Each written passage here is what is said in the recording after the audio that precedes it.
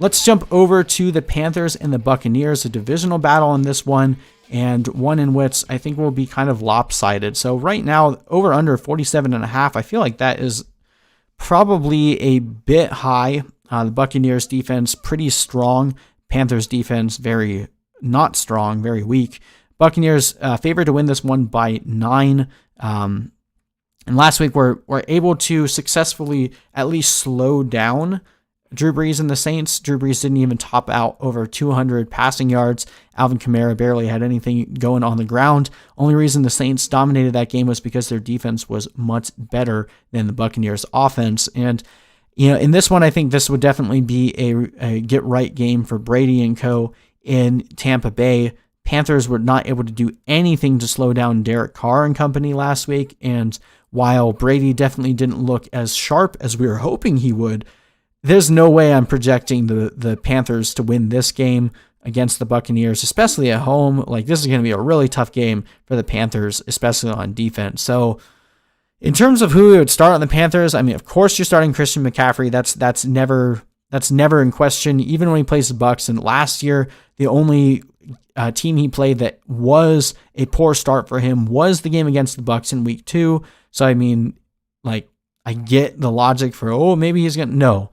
Don't talk yourself out of starting Christian McCaffrey just because this was the one game he had bad last week or last year. Even if he has a bad game, get over it. You still have Christian McCaffrey. Now, I guess the more interesting conundrum here is between DJ Moore and Robby Anderson. Now, both of these guys had plenty of looks last week. DJ Moore with 9 targets, Robby Anderson with 8. Robby Anderson had that nice busted coverage play where he got a 75-yard touchdown, but that was the majority of his fantasy production. Outside of that, wasn't a great showing, whereas DJ Moore had a drop early on in the game, and then he had another play where was open in the end zone. Teddy Bridgewater just overthrew him, so DJ Moore could have had a much nicer stat line than he did in week 1, but that's just how it goes sometimes. Now, my only concern for DJ Moore is he's playing against one of the better slot corners in the league on Tampa Bay. And if he ends up getting shadowed, this could end up being a tough game for him. But I think he can rise above it. He did okay against the Buccaneers last year.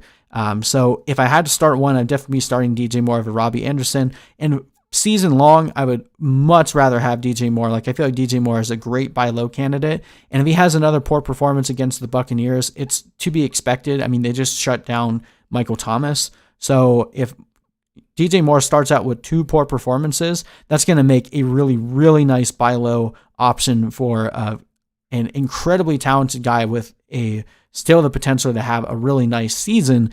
Just starting off with the Buccaneers here, that could end up slowing things down for him. But I'm not going to be throwing anyone else out here. Teddy Bridgewater had a nice week last week, but Drew Brees can't even throw 200 yards against the Bucs. Are we expecting Teddy to do so? I'm not so certain. Curtis Samuel looks like garbage. Ian Thomas still dealing with turf toe. Definitely not starting the Panthers defense, maybe ever.